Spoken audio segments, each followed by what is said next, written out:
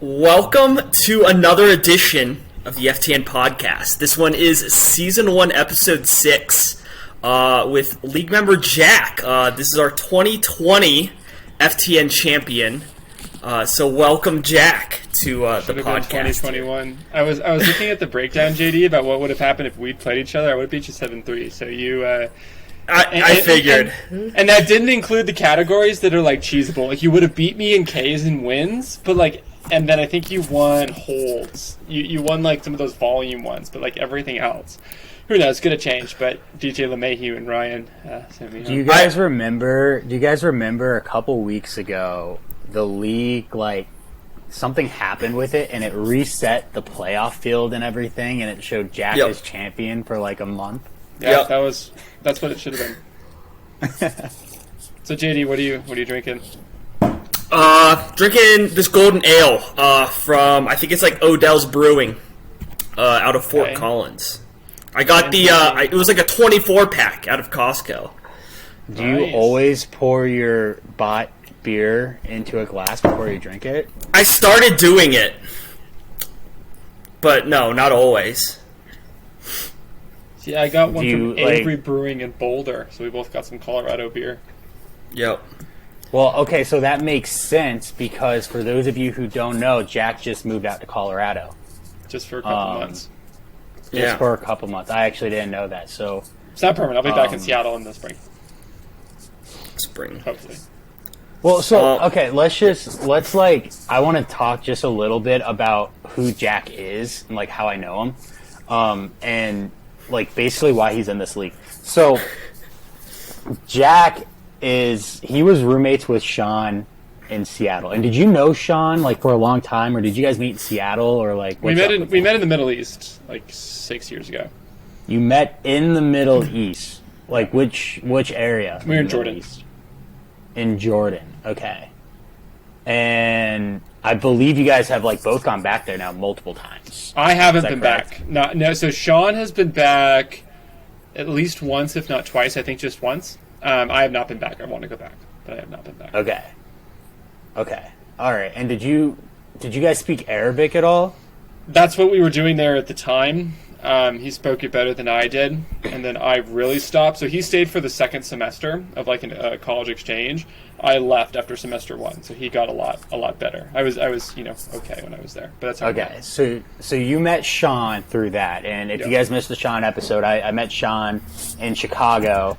And then Sean moved back to Seattle. He had known Jack, and then they moved in together. And they were roommates. They had a couple of other people there with them too. Very nice place. I've been out there to visit a couple times. But Jack is from Seattle. You are from where one of our most recent prospects, Ian Ritchie, is from. Why don't you tell us a little bit about Old Bainbridge? I don't know Ian Ritchie. I went to the same high school as Ian Ritchie. I was watching some prospect footage of Ian Ritchie really just blowing you away with his 81-mile-an-hour fastball that he couldn't locate. So I'm not too afraid of Ian Ritchie Jr. coming to blow us all away in a couple of years. He appears to be, I think, the only Bainbridge High School player to get drafted in many years. We did not overlap. He's considerably younger than me by like 7 years. But we do, I think I mentioned this, Michael Toglia, that's his name, right? The prospect? Yep, on the Rockies. On the Rockies. So his cousin, Nick Toglia, was in my class at Bainbridge High School. So I always knew that, and he's actually good. I mean, Ian Ritchie, fuck, no. But Michael Toglia is actually good. So that's kind of cool. But Bainbridge is it's an island 30 minutes west of Seattle by ferry. So that's my Ian Ritchie connection. And as such, Jack is a big Mariners fan, which means he's experienced as much disappointment as Max has over the years in terms of, playoff disappointments. The Reds made the playoffs in like 2012 and had a good couple of Otto years. The Mariners are way more disappointing. I was more going with the Cincinnati Bengals, I was going to say they just made the Super Bowl this year, and now the Mariners maybe World Series this year. Yeah. Like, is it going to Well, maybe they follow the same trajectory. In a couple. I mean, farm system is promising. So maybe in a couple of years, it's Seattle's time. I think it's more promising than even people think about it, and it's rated like top 2 or 3 all the time. But like, if they need to make just a few small additions, and they're going to be very exciting. But their outfield next year is going to be Kalanick, Julio, and Haniger, expecting nothing at all from Kyle Lewis or any trades whatsoever. Julio will come up depending on how CBA goes in probably May. I don't think he'll be the same as Jared Kelenic. I think he's considerably better than Jared Kelenic is, and I think Kelenic's pretty good. So very, very exciting stuff, but they need to make a few big additions. But it's their pitchers in their farm, 3 of which I own. JD owns the other one, who I happen to think is the worst of them, Emerson Hancock. He's the worst of the 4 Mariners farm pitchers. Doesn't mean I didn't try to trade for him a couple times. But Drew, you were going to ask me about my farm reliever strategy, to which I would respond, they are not relievers. That's the primary thing there. Well, so I say that because you do have some of those, though, like Jonathan Hernandez. That's like the only one. Okay, there might be one other, and like Adrian Morejón. So he has Tommy John surgery. And Kopech was a reliever last. But these guys aren't long-term relievers. Like, so Morejón was supposed to be like the fringe 5th starter for the Padres last year, and he's like 22, and he had really good minor league numbers. He busted his fucking elbow, like, first month of the season, or was the last month of the prior season? I don't remember. I think it was first month of this season. And he has Tommy John. Who knows if he'll ever be meaningful. But, like, he was just an exciting, like, potentially valuable big league starter who did not pan out. How about Braxton Garrett? Like, relief pitcher there? Braxton Garrett was picked up for a spot start. So that's one of the things, right? Like, I use BAM to win weekly matchups. Like, if I know I'm going into a matchup where, like, JD has 4 guys getting double starts, and he's not going to win ERA and WHIP because JD doesn't win those categories across the board in general. Like, if I just think it's like a volume thing, then, like, I'll spend BAM if it's an important matchup on a guy like Braxton Garrett who's going twice in a week.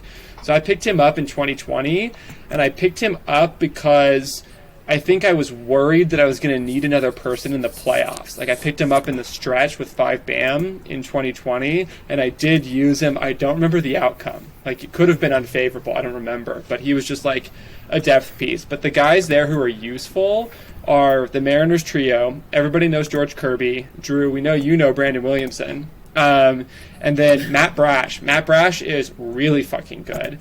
And he got called up by the Mariners in September last year. He was on the roster for our last 4 games to be like a long relief kind of guy, like in the home stretch. He didn't even play, I don't think.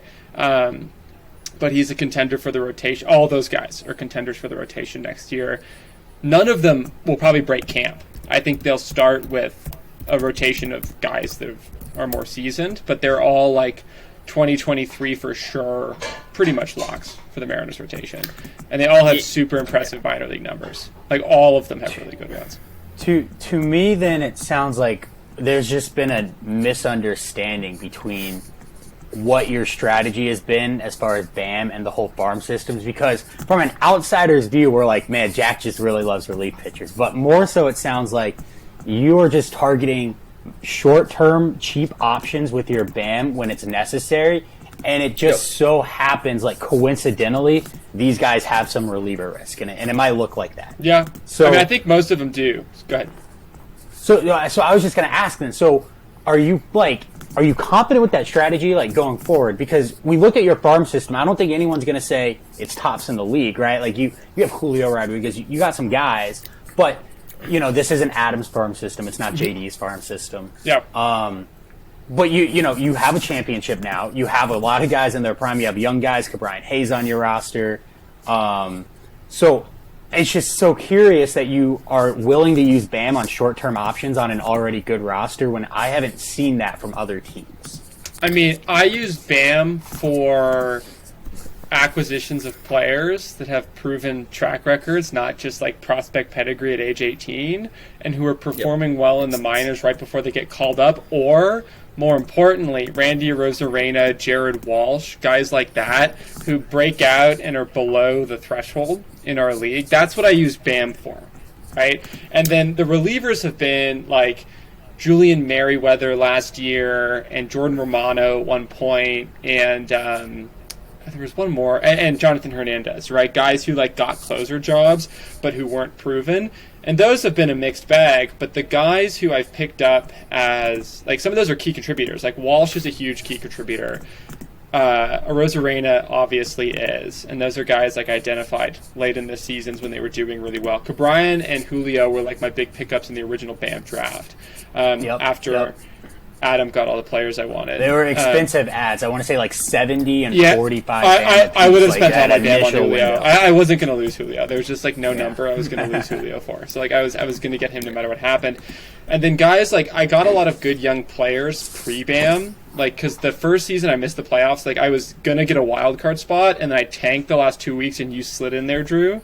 And I picked up Luis Robert, Michael Kopech, and Nick Madrigal. And then I ended up dropping Madrigal right before BAM was instituted. Like, I dropped him for some weird roster, like, spot reason. And then JD swooped him, like, right then, and then we got BAM. I was kind of pissed about that. But General BAM... You got Robert for free. Yeah, exactly. I got him for free, and I got Kopech for free. I mean, Kopech's not a reliever in the long run. Could be. I mean, there's a little reliever risk, but he should be the fourth starter of the White Sox. Like, if Rodon doesn't re-sign, Dallas Keuchel's definitely their fifth guy, and I don't think they give Crochet or Lopez shots over Kopech, especially after he got stretched out last year. Like, that was their entire goal, and they were committed to that route. Like, he's a starter for them, and I personally like him better than Dylan Cease because he has less command issues. Cease was a good pitcher last year. Cease is good. Like, I like Dylan Cease, but I'd prefer Kopech. And then, like, I'd take him over Lynn in a dynasty league. Like, I think he's the number 2 dynasty pitcher on the White Sox. Giolito's the best one. But he's solid, so I'm excited about him. So we'll talk a little bit more about Kopech, and I know JD has some questions here about WAR and how you kind of approach team building, and I think a good segue into that, though, just to kind of finish off this farm system talk, and then we can get into like the real meat of your team here, is just the other question I have personally that I've always wondered, because when I hung out with you last spring training, you know, we had a group of guys down in Phoenix. We went to a lot of games. We did a lot of talking about baseball. Not enough games. We should go again if there's probably not going to be a spring, but if there is, we should go. We'll figure it out. Years going Rockies forward, opening day, maybe. April 8th against the Dodgers. I am there, JD, if there's a game. I'm there. Yeah, me too. I will try to be there too. I mean, my apartment is right across from Coors Field. I open up my window, it's right there. So, like, well, I've driven in that area. It's got to be a must. I'll come see you in a couple days. It's a must. But spending 2 weeks with Jack, though, talking about baseball and seeing all this, I learned that this guy really loves his statistics, his sabermetrics, and especially StatCast stats. So my question to you, Jack, is if that's your approach to team building, does that translate at all to how you're building a farm system? Do you look at minor league StatCast stats, stuff like that? No, almost not at all. I mean, I do a little bit, but so like just closing the door on the farm thing, right? Like, yep. I don't pick like top pedigree prospects. Like right after the draft, I'll get a few. I think I drafted like Colton Montgomery and Will Bednar and a few people, Henry Davis maybe. But for the most part, I pick guys who are going to help my team in a given year because there's a ton of guys that will, right? There's a ton of guys you can find who are breaking out, who haven't met the innings threshold, or who are guys who maybe had a really good AA the year before and are doing really well at AAA, and you know there's a spot for them on that roster. Glenn Otto, who got traded from the Yankees to the Rangers, is someone in my farm system. He's probably the number 3 starter on the Rangers. That's in part a testament to how shitty the Rangers staff is, right? But he had a 10K per 9 in 6 starts, pretty good minor league track record. By BAM, right? Like he's going to be a major league pitcher next year, as opposed to some guy who may be like graded as a future 70 who no one's going to see for 3 years. Like I always will prioritize players who are going to play now because I can always find them. In worst case, like I can volume someone in a week. Like worst case, I can do that, or I can trade like Dane Dunning to Bean. Like I don't know. Like ultimately, anti-Bean. If they run out of like innings, to trade him to Bean. So Yeah. So I think you're for the like, same your band main you got him for. team. Your main team is like already set to be competing year in, year out. You might have the best outfielder. You might have the best outfielder like group in the league. You have the number one pitching staff in the league. And then like you only have 5 top 100 prospects, which is fine because you don't need high pedigree guys. You're kind of just aiming for immediate impact contributors. And then one guy we have yet to mention, who is, I think, my favorite player in your farm system for this upcoming year, is Jose Miranda. Yeah. Jose Miranda is good. Jose Miranda, I think I picked up early last year after he had really, kind of like Josh Lau. 5 BAM. 5 BAM. And I think Josh Lau was 5 or 6 BAM, like something like that. Like these are guys who are really good in the minors. Josh Lau is a little scary because he plays for the Rays, and you don't know what kind of playing time he's going to get. Like the only guy who's somewhat of a lock in their outfield is like Austin Meadows. I guess there was Rana too. I mean, maybe they're not that much of a platoon squad in the outfield, but I think Josh Lau might get blocked, or if he gets traded, I'll be really excited. But Jose Miranda, I think there's almost zero chance he's not a major piece of the Twins next year. They have no reason to not give this guy room to run. He doesn't have a defensive position, but he'll like play third base, like whatever. He'll play third base, that's fine, because he can hit. Josh Donaldson's always hurt, so they'll give him some stars. He'll DH a little bit. They might play him at second or first, and he has really good numbers. So he's somebody, like immediate impact. Like, yeah, he's somebody, like next year I expect to see George Kirby, Matt Brash, Julio Rodriguez, Jose Miranda, Josh Lau, Jonathan Hernandez will be back. Like at least 6 of those guys, Glenn Otto, 7, will contribute. Let me pull up my farm. I have it in front of me. Hold on. I came here prepared, boys. Like I'm gonna just quickly like glance at it because that's been, let's see. So I mean, Cal Raleigh, who fucking knows? He was terrible. So like I don't know. And catcher's a huge weak spot of mine. So and a few of these guys are like randos. Like I had Lejane Newsom. The only reason I had him, he's now been sent to the Cardinals, so maybe the Cardinals will fix him or something. The only reason I had him was because I needed a spot start late 2020. So there's a few guys who are like that, who just I needed for random reasons. Mickey Moniak's kind of a joke. Like Austin Martin, like again, he'll play for the Twins next year. Like most of these guys are going to play next year, and I will get some value out of them. Middle infield remains a huge weakness, which I'm sure we're going to discuss. But looks like you'll have, oh man, what is this? 15 guys at some point graduating this upcoming year or early 2023. So, and you only have 21 farm guys, so you'll have to reload at some point. But I mean, you'll have some big contributors. We'll say it every episode because we said it during Max's interview. Like, we'll always say we don't know the right way to do these farm systems. Jack has a championship. He's obviously doing something right here. So only 21. Who knows? Maybe 21's too many. Maybe Bean's doing it right with 60. Who knows? Well, Bean's gonna have some. Bean's actually hits, up at 69, but yes, he better hang out there. So Bean's gonna have some big hits, but he needs them because his big league roster is dog shit. Like he needs to fill out about 15 roster spots with his big hits out of his 69 farm members. So there you go. I only need like 3-4 hits here to fill out guys. 4 years down the road, like.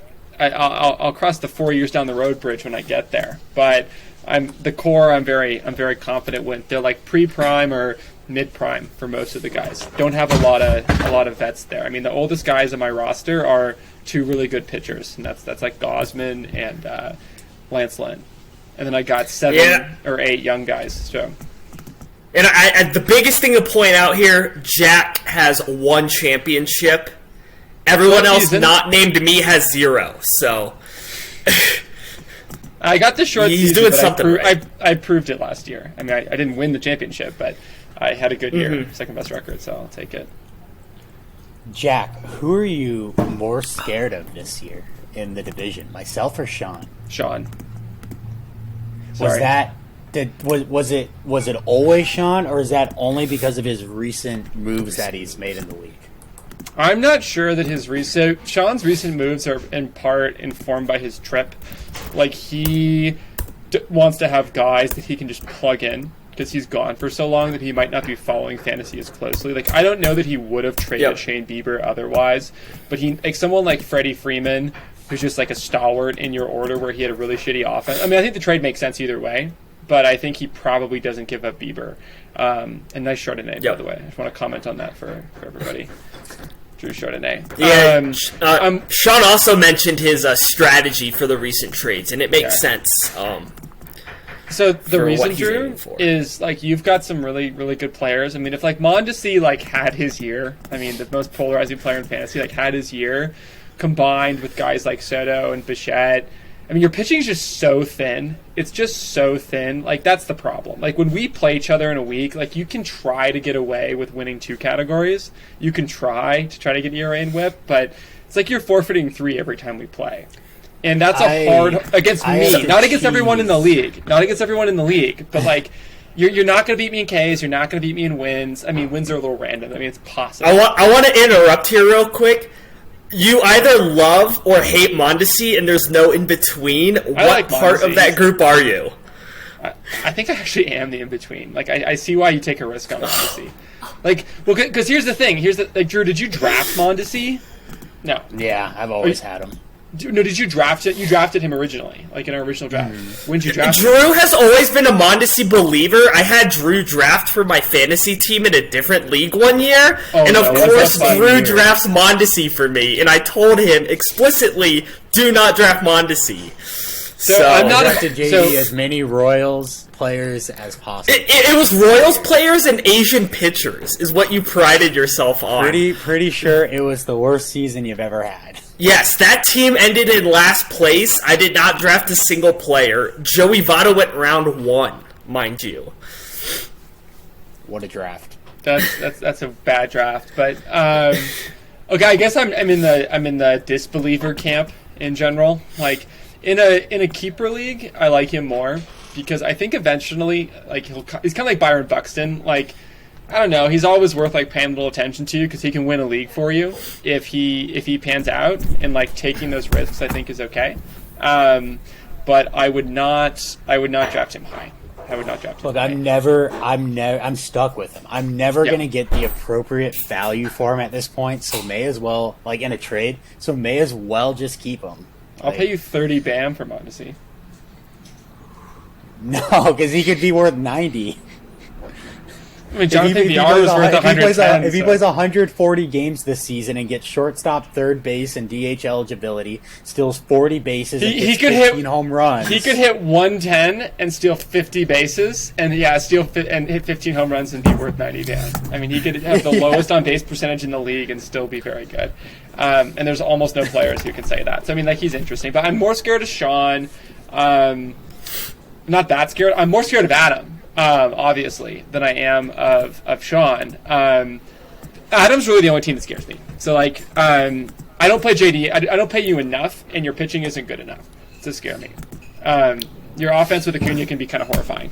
But especially Bellinger, like, if he covers... You are an Acuna believer. Drew hates Acuna, so...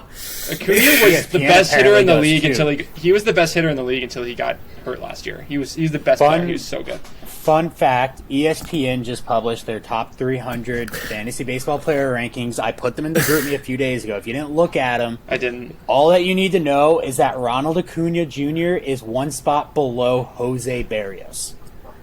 That's idiotic. Is that one season? Because if it's one season, I can at least somewhat justify it. I don't care. Well, it's because he's hurt. It's for this upcoming season, and it's a points league. If it's a points league and he's out of the like, I would still, Barrios should not even be in the same conversation if Acuna plays 80 games. But I don't like Acuna is closer on the list to Josh Bell than he is to number 1 on the list. That's bad. That's a bad take from whoever. That's just a bad list. Yeah. Yeah. I mean, there's lots of lists. I put it in the group chat so you guys could all laugh at it. It was supposed to be like a comedy thing. It's really funny. Well, but I just wanted to circle back to Sean's team. Like, Sean's team, because he can actually compete with me on pitching, I think my offense is better, but it's not so much better that, like, every matchup that I have against Sean, I have to pay a lot of attention. Because with a lot of other teams, I know I'm going to win certain categories based off pitching strength, Whereas with Sean's, I would take my pitching staff over his, but it's still close. Like Cal Quantrill and like Rasmussen and some of these like guys that are not as highly regarded are really good back end guys. And then he still has like Giolito. You're not going to get anything for Bauer. He traded Bieber, but he has Freddie Peralta. Strasburg's useless. I kind of forget who he has, but he has some like really good top guys who can like actually compete. So I'm more scared of Sean's team because like your best pitcher is Brady Singer. I'm just kidding. It's Flaherty or whoever you have. It's interesting that your division might have the best two outfield groups and the best two pitching staffs in the whole league. Well, with Drew's outfield, right? Yep. Drew's outfield and then Sean's pitching. So that's kind of interesting there. Yeah. I got really good corner infielders. It's the middle where I'm really weak. Okay, let's ask the question. I was going to save this for the end. Let's just ask it now. Jack, you're entering the season, and Jonathan Scope is your second baseman. Mm-hmm. Okay? What's your plan there? You don't have anyone in the farm coming up. Austin Martin maybe gets second base eligibility, but what's your plan? Can you compete for a championship this year with no second baseman? Because you're in a division with some elite second basemen, like Whit Merrifield. I mean, I did last year, right? My second baseman last year was like I had like Miguel Rojas and Nick Solak. So I mean, I had the second best record in the league last year with basically the same middle infield. I notoriously traded Mark DeSimian before he finished third in MVP voting for James Paxton because I hated Mark DeSimian after his disastrous 2020. I thought he was dog shit, and Sean really liked him, and I would have given him up for one bam. Like, I hated Marcus Semien. Wasn't there a bet between you and Sean about Marcus Semien? I bought Sean 2 dinners. The bet at spring training was that if Marcus Semien hit third in the order 5 times, I'd pay Sean $100. Marcus Semien didn't hit third in the order once until fucking August, and then he started hitting third a lot for the Blue Jays when they put Bo Bichette like at second or leadoff, and Vladdy hitting fourth. So I owed Sean $100, and I bought him dinner twice. So that debt has been paid. That's awesome. That was bad bet. I remember another bet where if Evan White hit a grand slam, you guys would draft him as your first baseball pitcher, and then Evan White hit a grand slam in spring training. So absurd. Drew and I have now left that league, but yes. Not before booting Evan White off the roster, though. Drafted, was it the 19th round, Drew? Our goal was to not draft a baseball player in the first 20 rounds. Yeah. And then freaking Evan White hits this grand slam. Absurd. Unbelievable. Absurd. No, I know we were contemplating getting like Evan White jerseys too after the game, and we're like, no, we can't do that to ourselves. I'm very happy we did not make that investment. No. I can't wait for Evan White to like break out for the Mariners in one of these years. That'd be really fun. I know Vinny had Evan White for the longest time, but I think he cut him, so I don't know if Evan White's currently he's hurt. I mean, he had like a hip problem and stuff. Like he's getting some outfield reps for the Mariners now because he's an amazing defensive first baseman.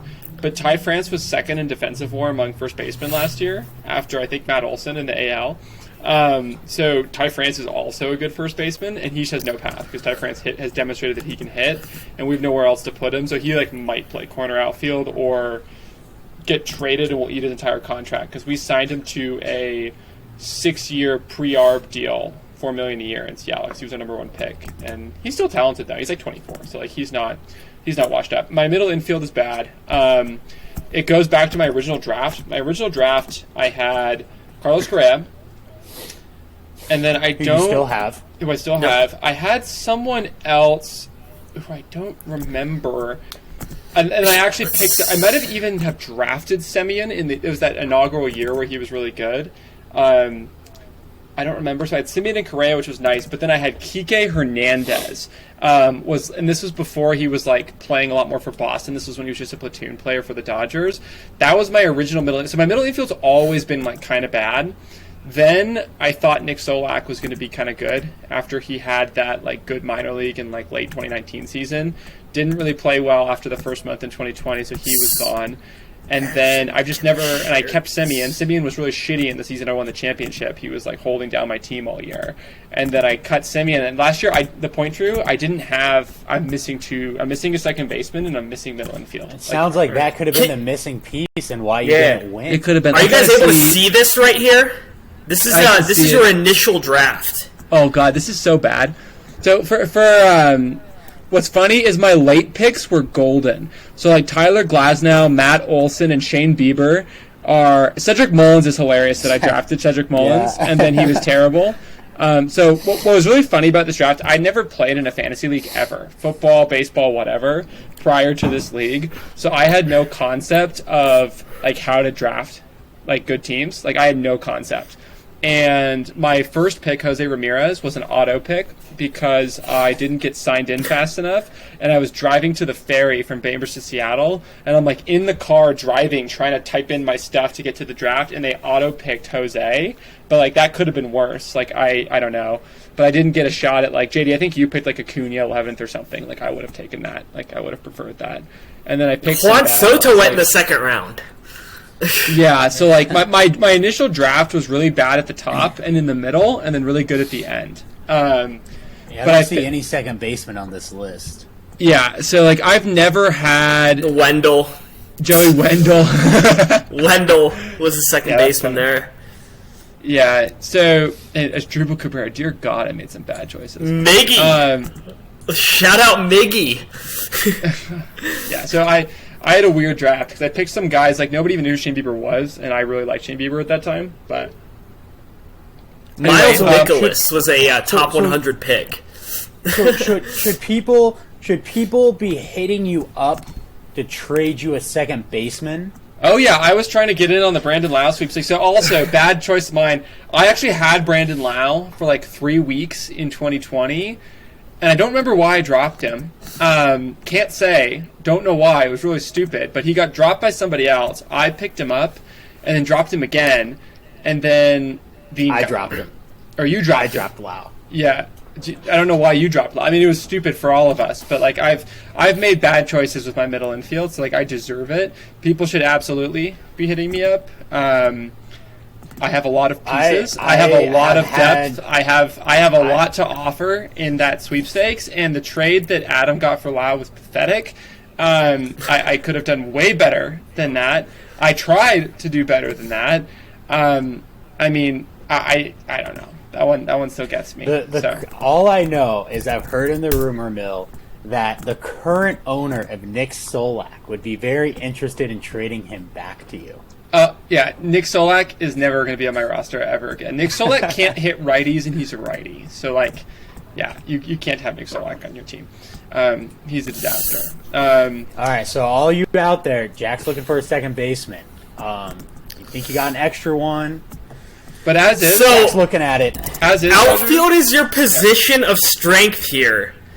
Would you ever yes, in corner infield. But would you ever consider trading someone like Bryce Harper or Luis Robert for an Ozzy Albies type guy?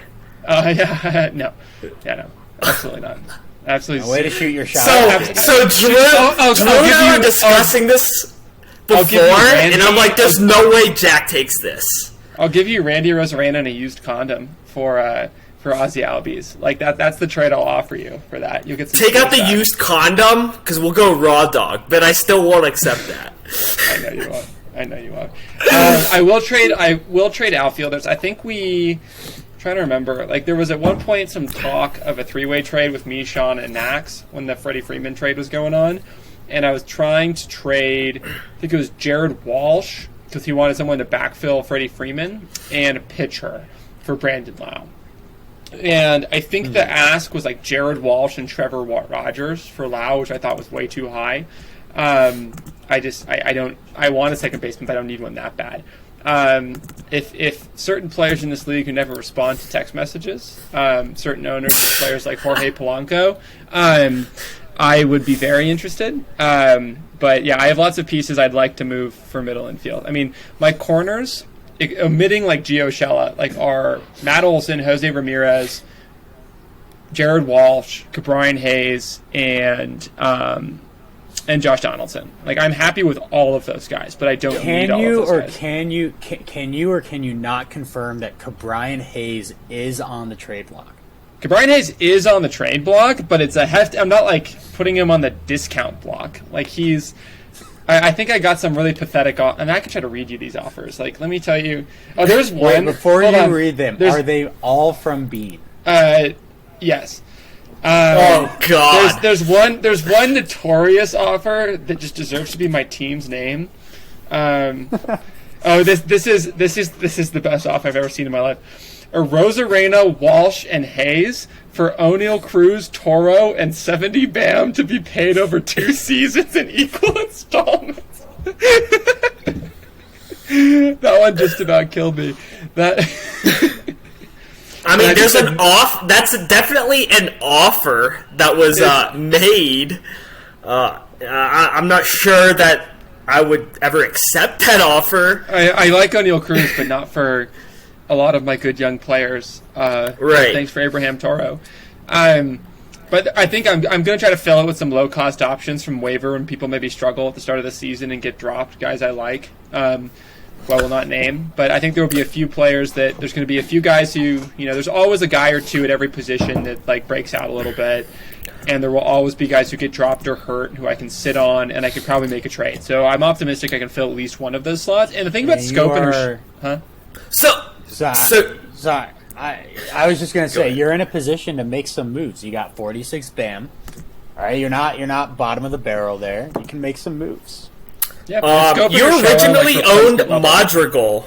Would you trade for Madrigal? Do you still own Madrigal? Yes, he is on my team. I mean, I don't think I'd give you very much. I would entertain discussions. Okay, entertaining's good. I would probably ask for a pitcher back. We can talk about. You're not going to get any of the ones you like. I mean, he just, I don't know what his health is. He'll play in Chicago. I don't know if he's going to run at all. I don't know where he's going to hit in the order. I mean, he could be hitting fucking 8th or hitting leadoff. If he hits leadoff and he has a good season with, a 370 plus on base, because he can do that, and he steals 15 bags, then he's valuable. But he's never going to hit homers. He's never going to knock in guys. So, he's one of those guys who's a much better real baseball player than he is a fantasy baseball player.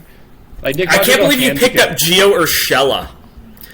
Well, keep in mind that the alternative was Miggy Rojas.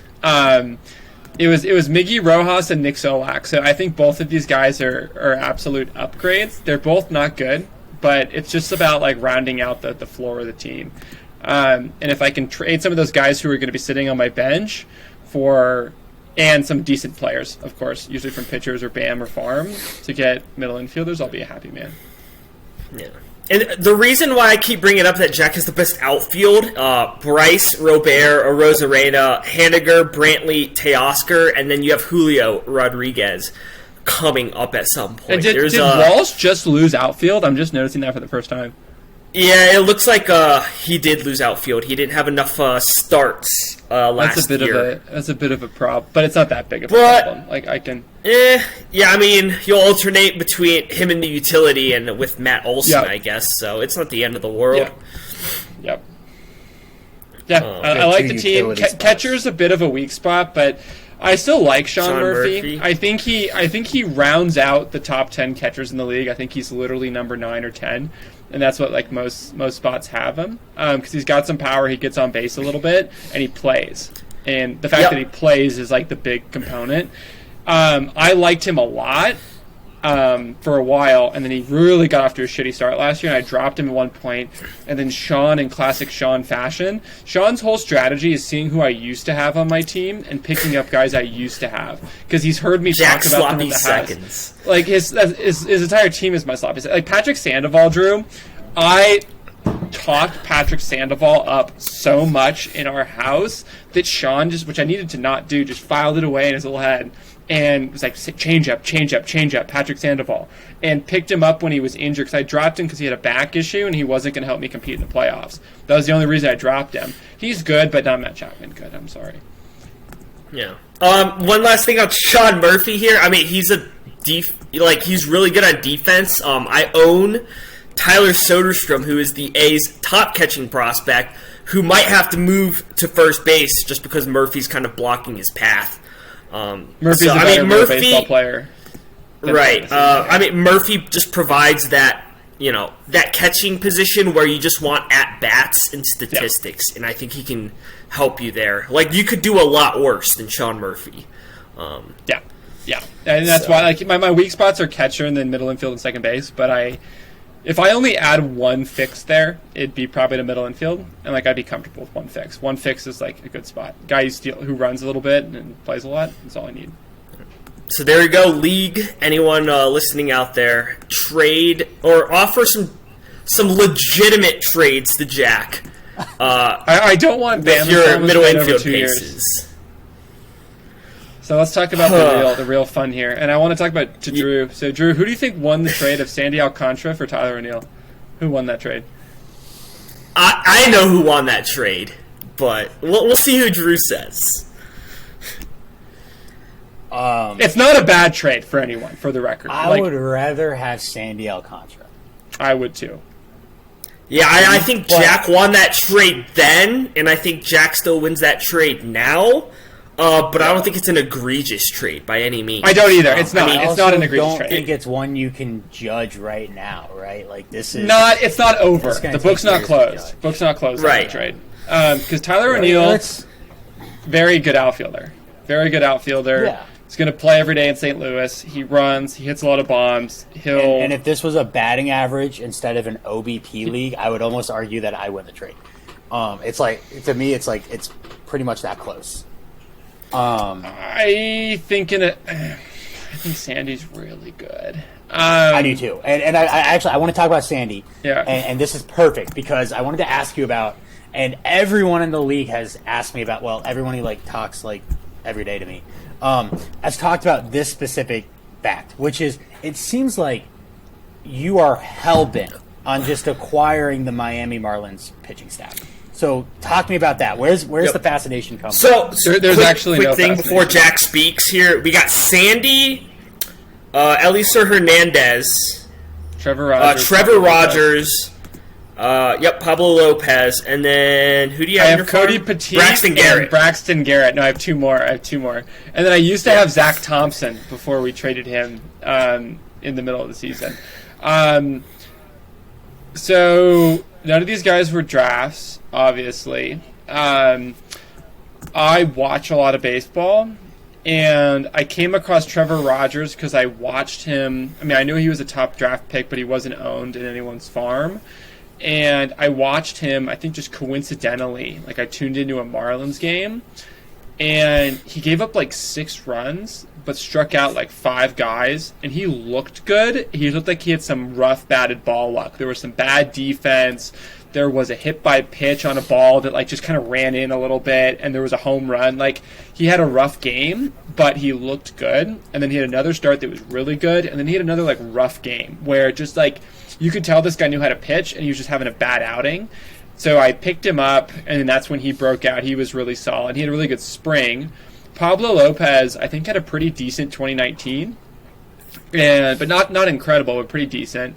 And someone dropped him, and I just think he was one of the best available candidates, and he developed really well. Sandy, I targeted Drew. Drew, when you traded, I was surprised that O'Neill had that good of a year, to be honest. So it's more even than I expected it to be. I picked O'Neill up off the waiver wire, I think from you, JD. I think you had O'Neill, and you dropped him, if I recall. Yep. I remember why. I did. I picked him up because I was like, shit, he can fill in, in my outfield. He'll get me a few steals. That's fine. He just goes off for, 10 games. He has an amazing 10-game spree. And I go, Drew likes Cardinals. See if I can get Alcantara. And I offered it, and 5 minutes later, it was accepted. And I was just I think I chugged a beer or something. I was thrilled. And I think I dropped him because Dylan Carlson came back from an injury or something. Yeah. And I felt comfortable with my outfield that I felt that I had a rotating spot. Robbie Grossman was there for a bit, and then it went to Tyler O'Neill. I know, so I just felt confident in my outfield that he felt expendable. And I've done that. A regret though. But like, I really like Tyler O'Neill, but I just happen to like Alcantara even more at this point. But I was on the hype train for O'Neill and everything, and I still am. Yeah, he's good. He's O'Neill's really riskier. good. I really like both of those guys. I wish both were on my team. Because of the swing and miss, I think O'Neill's just a riskier bet. That's my main. That's what really differentiates it for me. It's not even like the last season so much because they were both good. It's that I think O'Neill's just a riskier player, especially because I think he plays defense like Brian Buxton. He's diving around all the time. Like he's a super good outfielder. But like I think he's going to get hurt. And I think he's going to strike out a lot. And Sandy's just a workhorse. He goes 7-8 innings. I mean, no one in the Marlins gets wins, which was my bane last year. But so the Marlins thing. It's an accident. Once I had like the three big guys on the Marlins though, like Cody Petit was one of those spot start guys. Braxton Garrett was a spot start guy. Zach Thompson was a spot start guy who I actually got some use out of, both through trade to get trying him, but also he was like kind of good for a little bit, but I don't think he's actually good. He was just like okay for a little bit. Do you have any interest? Sorry, go ahead. Sorry. Luzardo? No, I don't. Sorry. I'll give you 5 BAM for Jesus. No, I was going to ask if you had any interest in Luzardo, Eder, or Adams, Yuri Perez. Okay, let's do a blockbuster. I'll take all 3. No, just kidding. I mean, maybe a little bit, but not really. And Eliezer was, like, he's one of the worst pitchers on my team. Okay, Chris Paddock's, like, kind of a joke. Like, it was just because he can sit in the IL slot for now. Like, that's the only reason. I'm actually low-key pissed you picked him up. I had to drop him for a pitcher during championship week against Ryan, and I guess it was worth it because I did win it. But like, I like Paddock, so I was kind of upset when I saw you picked him up. We can maybe talk Paddock. I'll deal you Paddock back for Nick Madrigal, if you want. That's a trade I'll make. It's kind of like when I picked up Maeda from Drew, and then Maeda had his incredible season in 2020. Do you remember that, Drew? You dropped Kenta Maeda in 2019 in your championship loss. I'm just wondering if he's still on my roster now. He is, I think. He is. You put him on the trade block, and you won't trade him. But like, I will trade for Maeda. It's just what? Nothing. This is hilarious. The three of us just really want I know. to those teams right now. So we just talked about like this Marlins pitching staff and Sandy Alcantara. Alcantara's not the one I would want on my team. Logan Webb is the one I would want on my team. Okay, so the thing. So I have some stats. I did a little research before this call about my pitching staff that we'll go into in a minute. Logan Webb, I forget who owned him last year. Somebody owned him at the start of the year or near the start of the season. You can go check transactions maybe. Then Logan Webb got shut down with a minor injury. And it was probably it was May or June. It was Ryan? Okay. And I'm looking at StatCast stats. And I'm looking at, the top 50 pitchers across like 3 or 4 metrics going, okay, is there anyone who's not owned or who is a reasonable trade target?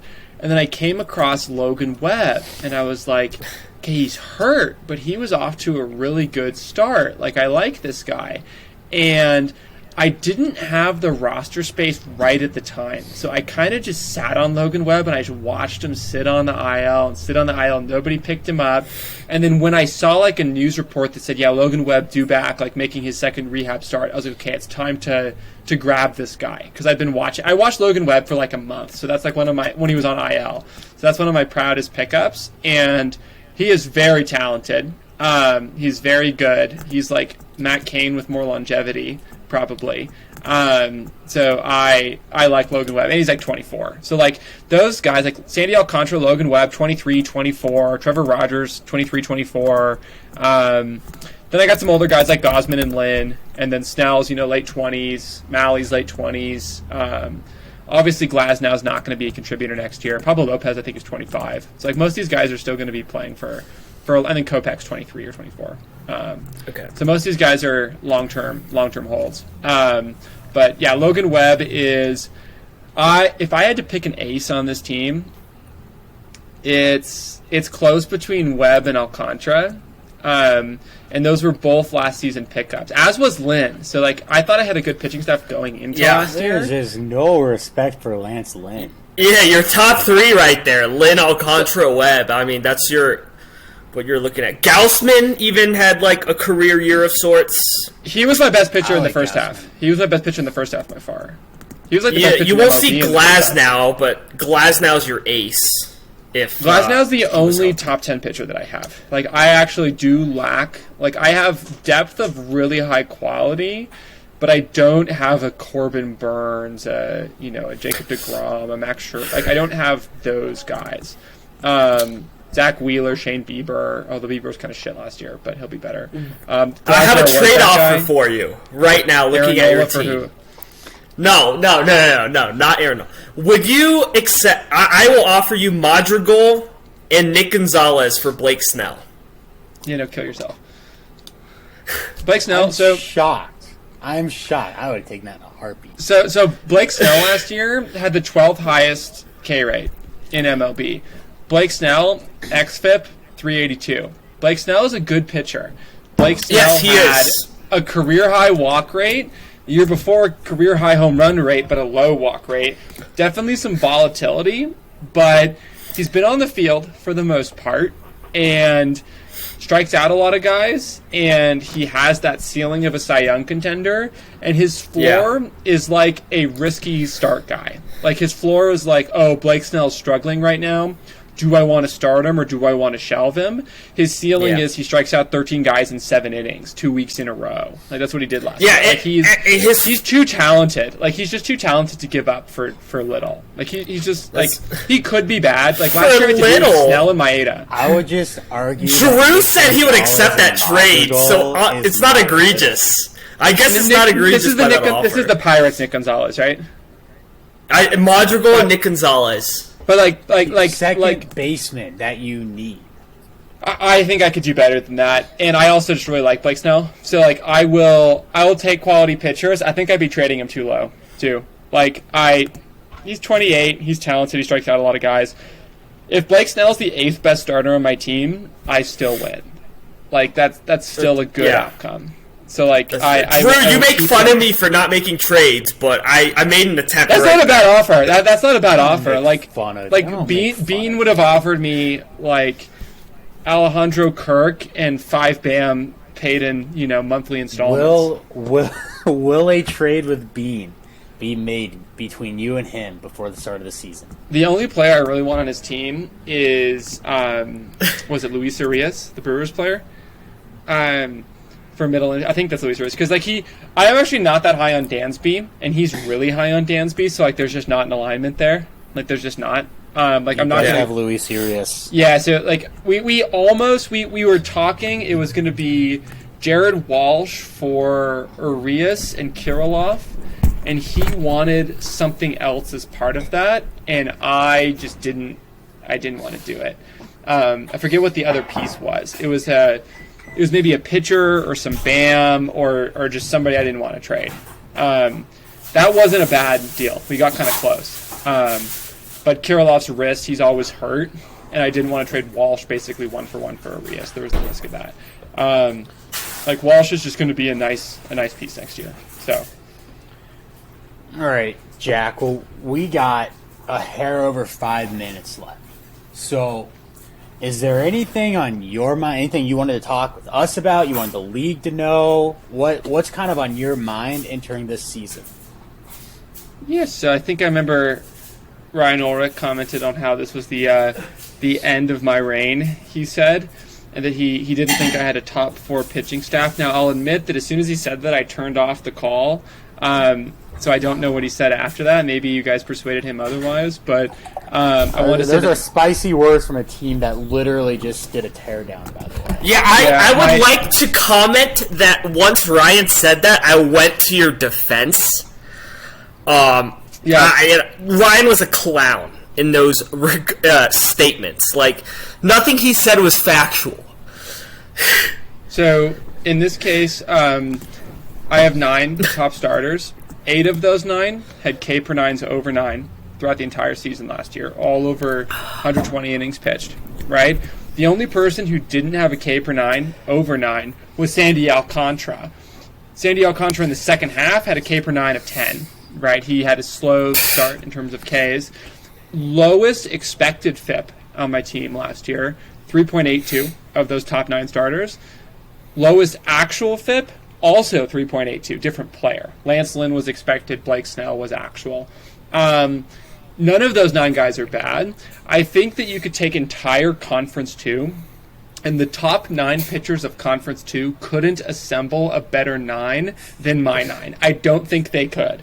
So I encourage you to go and do that exercise.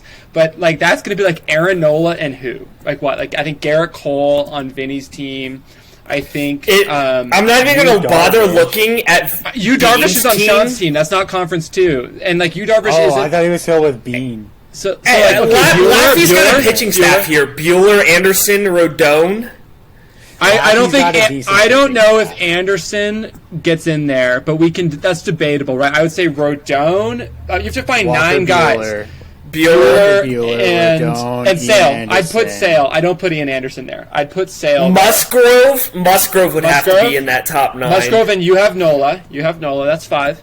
Garrett Cole is 6. Keep going. Robbie Ray. Dustin May when healthy. Yeah, Dustin Ray, May when healthy. I know. There's no way you're going to tell me Dustin May over Robbie Ray. No, Robbie Ray for sure. So we have 7 on your team. The only one is Nola. I'm sorry. Gallen. Luis Garcia. No. We're talking about top 9. Gallen has to make the top 9. But is he better than any of my top 9? No, absolutely not. But like That's you're what I'm talking saying. about strictly Conference 2, you would have to include Gallen. So okay, if you include the top 9 pitchers in Conference 2, you can include Gallen, but can you come up with? That's the question. Can you come up with the top absolutely 9 not. in Conference 2 that exceeds? And that's my closing remarks. That's my closing remarks to Ryan Ulrich after he said, "I don't have a top 4 pitching staff." That is my closing remark. Yeah, that's fine. Your comments on realignment have been noted by all 3 league managers. Are you a proponent of realignment, or do you like how we currently do the division and conference? I mean, I'm having fun. I think JD has it easy over there. I think the road is blatant disrespect for Conference 2 people. Anyone listening? Disrespect for Vinny and Joe, and I guess Laffy recovered. And yet, Conference 2 has more championships than Conference 1. Vinny, if you're listening, I am all the way Team Vinny this year. I'm 100% on your side. Yep, and that will be a discussion for the Vinny podcast. No, I mean, Vinny's fine. Really quick, last thing I want to do is I want to do some predictions for each conference. Can you pull those up, JD? Okay. Yes, absolutely, I can. And Drew, for the record, I don't hate the team. I do think you will finish in 3rd. I don't think you can't finish higher. I think you certainly can. Don't hate the team, but I think you're not going to. It's going to be so sweet watching Ryan finish last in his division. So here's your 2021 standings here. Let's hear your predictions. I think we will have the same thing in Trey Mancini's Eskimo Bros. I think that in Tanks, Trash, and Anime Titties, we are going to have... I think this is the year of Adam. I think I can compete with Adam. And I think that Adam's elbow is gonna wear out a little bit. Because if you look at his pitching, one thing Adam would like to say. Adam would like to say to you, Jack. Adam texted us. I think elbows are for losers. So, Drew, will you do me a favor? Will you change our division's name to Elbows Are for Losers? I did win the division last year, and that's my choice. There you That is go. allowed. That is my. That'll be on the move. It's going to be Elbows Are for Losers. Because we have strong elbows over here in this division. I think he will win the division on strength of just like clobbering most offensive categories and getting enough out of those pitchers against teams in his division that don't have deep pitching, who he'll play a lot. But I think he'll have trouble with playing against me and Sean. He'll finish 1st. Max will finish 2nd. Ryan will finish 3rd. Same in Trey. We'll get the wild card. Well, hold on. Let's just. I want to get the order first here. I think that JD will once again take the division over there in Easyville. I'll take it. Thank you. By the way, Thank you. I think that Bean is going to. Bean and Vinny. See, I might even be a little Team Bean here in that, like, Bean pays a little more attention to his roster, I think, and that really does make a difference. Oh my God. I think I will go Ben, whatever the fuck his name is, will squeak it out just a little bit over Vinny, because I don't think Vinny's heart's in it. I just don't think his heart's in it. Wow! Shots fired at Vinny, my former roommate. Oh my God. Okay. And then I think that Joe will once again finish last, and that Laffy will win that division. I don't see much change there. So the only division I think that changes, I think everything's going to be the same, is what I think is now the most competitive division. Depending on Ryan's strength. Like, I don't think Ryan's team's terrible. I just think he rode a bunch of shitty pitchers to, like, super overperformance last year. He's actively trying to tank. I mean, is he trying to tank, or is he just selling to rebuild? Like, that's different. Like, he's still gonna, like, I guess he's actively like, selling to rebuild. Like, Ryan sells some good players, but he still's got some good guys, and he, like, pays attention. Like, you can feel... We're at over an hour, Jack. Yeah. So we got to wrap this thing up, but tell us your wild card predictions from each division or from each conference. One and championship prediction. And then, yeah, there you go, championship prediction. Wild card, Sean and Max, and then wild card will be... We only have one wild card, right? Yeah, you can only... Oh, you only get one? One wild card from each conference. I'd have to do some Sean versus Max, and then from your predictions, Bamlord Dave versus Bean. That would be my prediction, yeah. And then championship, I think I can edge Adam. I think I can edge him. I think through shrewd and seasoned management, I can edge Adam. But you cannot play. Okay, sorry. There's a discount. You cannot play Adam in the championship. No. I'm saying in the semifinal. Like, I have to get to the championship. Oh, so, like, okay. Right. I'm saying that's what I think. I guess, like, if you get a bye, though, like, I might not even have to play him. So, like, who's going to have a better record? I think that Adam has a tougher division than I do. So I think that I have it a little bit easier in terms of record. Like, I should, unless, like, all these things go wrong, have a better record. So I think I'm more likely to get the bye. And then he's going to have to play either Sean or Max. And, like, anything can happen. Like, I had to play a game this year. Like, I won it, but, like, anything can happen. So I think I'm the slight favorite, but not by a lot. Like, I have a lot of respect for Adam's team. He has a better long-run path than I do. And then I think, JD, you're just going to coast once again to a championship. Realignment is needed. So I'll see you there, JD. JD championship game. Yeah, and if I don't buy the, I do not want to play Jack. Let's end this here. I do not want to play Jack. I don't think you want to play Adam either. We'd be remiss if we didn't bring up where's the championship belt. It's been procrastinated upon. So JD and I verified prior to this call that I was Venmo'd $360. So we need to decide on a belt and the different plaques that go on it. And then if I recall correctly, the difference between what is spent on the belt will go to Ryan, right, for his win last year. Is that what happened? So we need, I think need to spend all the money on the belt. Agreed. Yeah. So we're going to buy like a 24-karat gold belt. Everything on the belt, and I think actually the losing or anything remaining of like $36 would actually go back to you for third place last year. Because am I the only one who didn't get paid out last year? Correct. Ryan got paid out, and I got paid out. I should buy the cheapest belt. Is that what you're telling me? Well, you can buy the cheapest belt, but $36 goes back to you, and everything will go back to the fund. Okay, that sounds good. No, we'll buy a good belt, so we can close there. But I will send you guys some belt suggestions, and then we'll do a belt review before the season starts. There we go. Look for a belt poll in the group me coming up sometime soon in the near future. All right. Well, thanks for joining, Jack. We'll get this uploaded, and hopefully the rest of the league gets a little bit of insight into who you are, how you like to build your team, and maybe we'll see some trades for second baseman or one of your outfielders, whatever it might be. Yeah. I think we should. All right, see you guys. All right, thank you guys. All right. Adios.